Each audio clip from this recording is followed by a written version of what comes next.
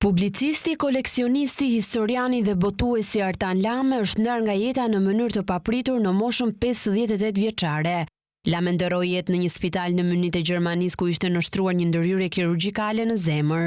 Humbja e tij është një tronditje e thellë për familjen, miq dhe opinionin publik shqiptar. Me një karrierë të pasur që shtrihej në politikë, administratë publike, histori dhe publicistik, Artan Lame u shqua si një ndër figurat më aktive dhe të angazhuar të shoqërisë shqiptare.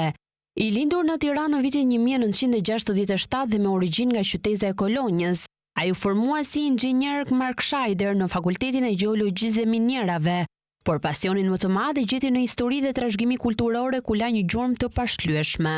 Gjatë karrierës së tij, Lame mbajti poste të rëndësishme duke nisur si drejtori i trashëgimisë kulturore në Ministrinë e Kulturës në vitin 2000, më pas si nënkryetari i Bashkisë së Tiranës, zëvendës ministër i territorit dhe turizmit dhe më vonë si drejtuesi i Aluiznit dhe Agjencisë Shtetërore të Kadastrës, që nga viti 2013 deri në vitin 2023.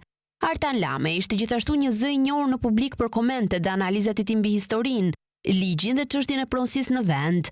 Ai ishte pjesë aktive e Partisë Socialiste dhe antar i Asamblesë Kombëtare të saj për shumë vite, si dhe kandidat për deputet në disa palë zgjedhje parlamentare.